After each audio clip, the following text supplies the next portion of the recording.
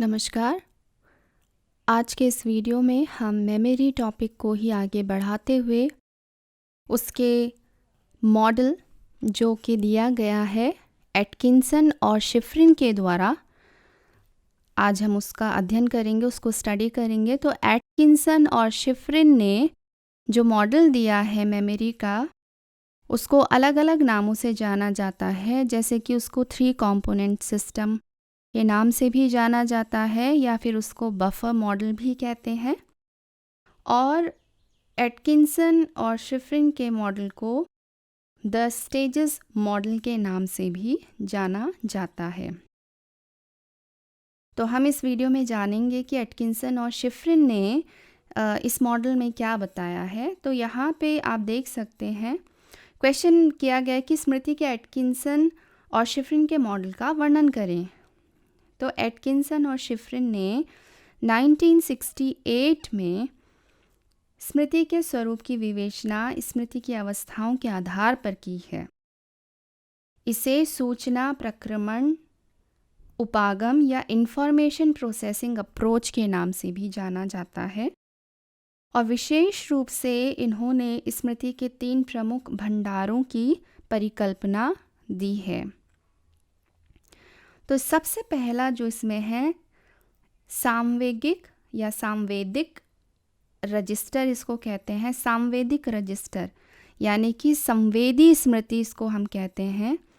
संवेदी स्मृति क्या होती है? संवेदनाओं के आधार पर हमारी जो ज्ञानेंद्रियां हैं वो हमारे चारों तरफ के वातावरण से बहुत सी सूचनाओं को लेती हैं। संवेदी स्मृति की संचयन क्षमता बड़ी, परंतु संचयन की जो अवधि होती है वो बहुत ही कम होती है।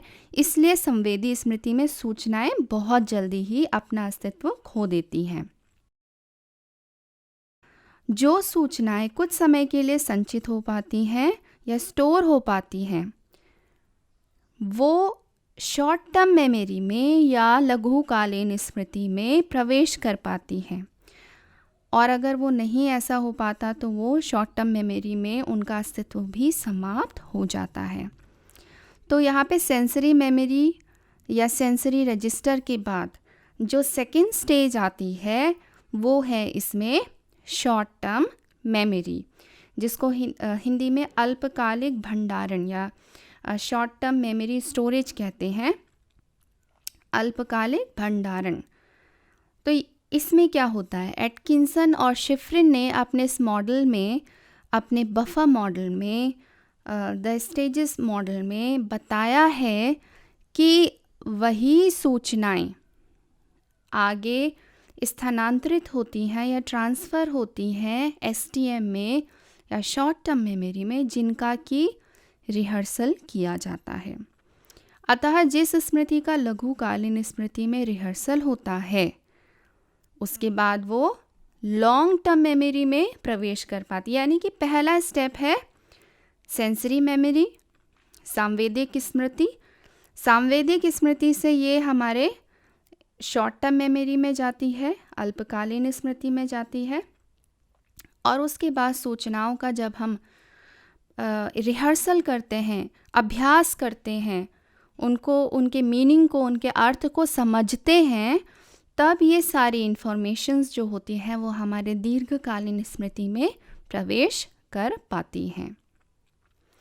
दीर्घकालीन स्मृति, तीसरा स्तर है इसका दीर्घकालीन स्मृति। दीर्घकालीन स्मृति अन्य सूचनाओं के संबंध में ये स्थापित होती है। ये जानने योग्य बात है कि जब एक बार सूचनाएं दीर्घकालीन स्मृति में पहुंच जाती हैं तो उनको बहुत बार रिहर्सल करने की आवश्यकता नहीं होती।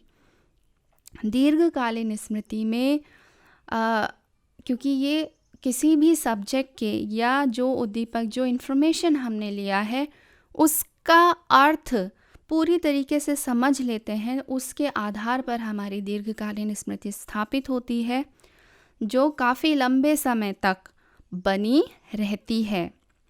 तो यहाँ पे इसका मॉडल जो है, इसको मैंने एक डायग्राम के द्वारा भी बताया है। इस डायग्राम को मैंने इंग्लिश और हिंदी दोनों ही भाषाओं में दिया है। तो यहाँ पे मैं थोड़ा सा डायग्राम को बताती हूँ। लिखा है मेमोरी आउटपुट। सबसे पहला है इसमें सेंसरी रजिस्टर। सेंसरी रजिस्टर में सेंसरी इनपुट होता है, हिंदी में नीचे डायग्राम में देखेंगे तो संवेदी रजिस्टर, आघात, उद्दीपक। आगे यानी कि सेंसरी रजिस्टर से जो भी इंफॉर्मेशन हम कलेक्ट करते हैं, अगर वो कुछ समय तक रहती है, कुछ सेकंड्स तक रहती है और हमने उस पर ध्यान दे दिया तो वो इंफॉर्मेशन हमारे एसटीएम या अल्पकालीन स्मृति में चली जाती है। यहाँ पे सेकंड स्टेप में लिखा attended to and recognize material. जो मटेरियल हम ध्यान से पहचानते हैं, नीचे देखिए हिंदी में ध्यान से पहचानी गई सामग्री। इसके बाद एसटीएम, ऊपर इंग्लिश में एसटीएम, और यहाँ पे अल्पकालीन स्मृति में वो सूचनाएं चली जाती हैं।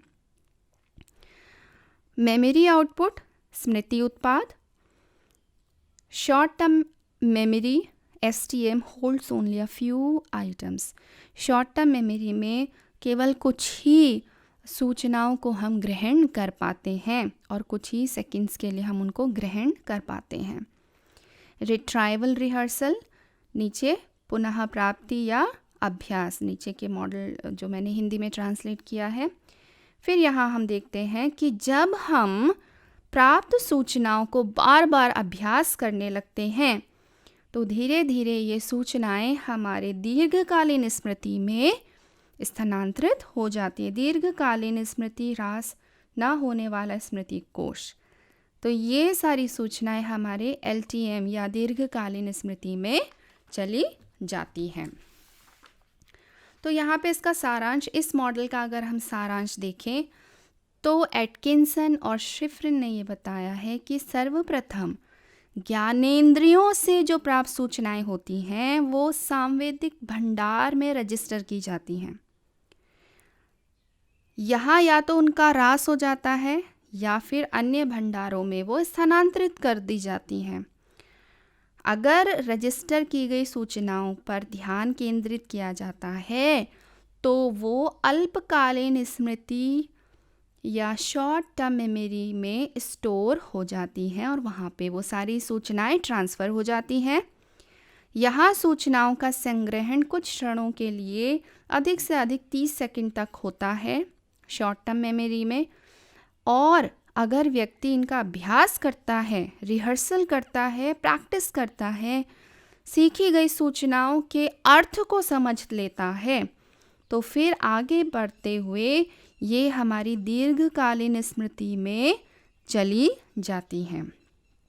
दीर्घकालीन भंडारण में सूचनाएं अपेक्षाकृत अधिक स्थायी होती हैं और इस भंडार में सामग्री शब्दार्थ रूप में संगठित रहती है, क्योंकि हम उस जो कुछ भी हमने सीखा है हम उन सारी सामग्री इन्फॉर्मेशंस को उनका अर्थ समझते हुए सीखते हैं, रटकर नहीं बल्कि उनकी मीनिंग को जानते हुए, उनका अर्थ, उनकी उपयोगिता, उनका महत्व सब कुछ जानते हुए उसको सीखते हैं। इसलिए वो हमारे दीर्घकालीन स्मृति में हमेशा के लिए स्टोर हो जाती है।